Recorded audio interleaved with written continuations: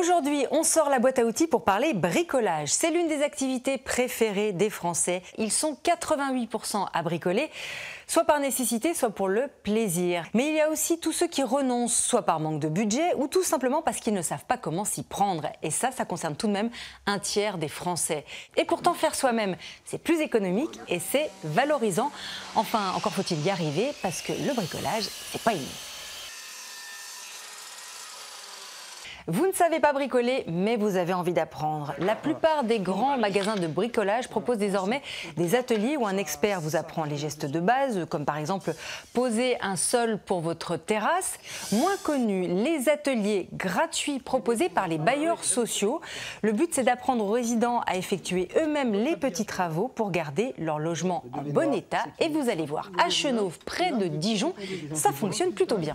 C'est vrai qu'en faisant ces petites démarches-là, on prend un petit peu les fondamentaux et on est déjà capable de se projeter chez soi de ce qu'on pourrait bricoler, pas bricoler, alors qu'avant, je préfère mieux pas y toucher. Si le concept des ateliers ne vous tente pas, essayez les cours de bricolage à domicile. Un professionnel vient chez vous pour vous aider à réaliser votre projet, mais attention, il ne fait pas les travaux à votre place. Nous, on ne va pas faire les travaux à proprement parler, mais on va guider les clients, donc en leur donnant des conseils, des astuces, en les aidant sur la planification, la budgétisation des travaux.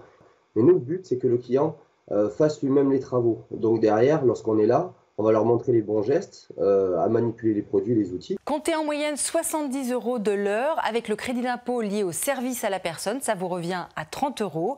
Plusieurs plateformes existent que vous pouvez retrouver sur Internet. On l'a dit, les Français aiment bricoler. Pour preuve, le chiffre d'affaires global du secteur du bricolage est de 25 milliards d'euros.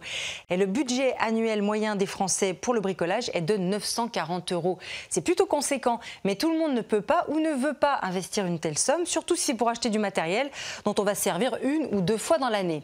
Pour réduire la facture et quand même avoir des outils, il existe une solution, les bricothèques. C'est comme une bibliothèque, sauf que là, on emprunte des outils à des prix extrêmement modiques. Ces structures existent via les régies de quartier, comme c'est le cas à Angoulême.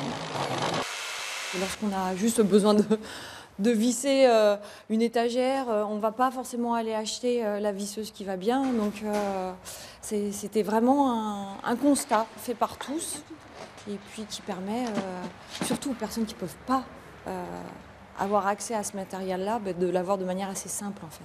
Avoir des outils pour bricoler, c'est bien. Encore faut-il avoir de la place. Et quand on habite en ville, c'est souvent ce qui manque. Heureusement, il existe désormais des ateliers partagés. Exemple à Toulouse avec l'atelier des bricoleurs. Un espace de 450 mètres carrés est mis à la disposition des particuliers avec des outils, un poste de travail et une assistance. Dans mon jardin, je n'ai pas le matériel, donc c'est toujours bancal, etc. Et ici, on a du vrai matériel professionnel et c'est parfait. Avant de refermer la boîte à outils, on récapitule. Pour apprendre à bricoler, les ateliers en magasin, chez soi ou chez les bailleurs sociaux. Pour trouver des outils, les bricothèques. Et pour combiner espace de travail et outillage, les ateliers partagés et les tech shops. Vous avez tout bien noté, alors maintenant, tous à vos perceuses.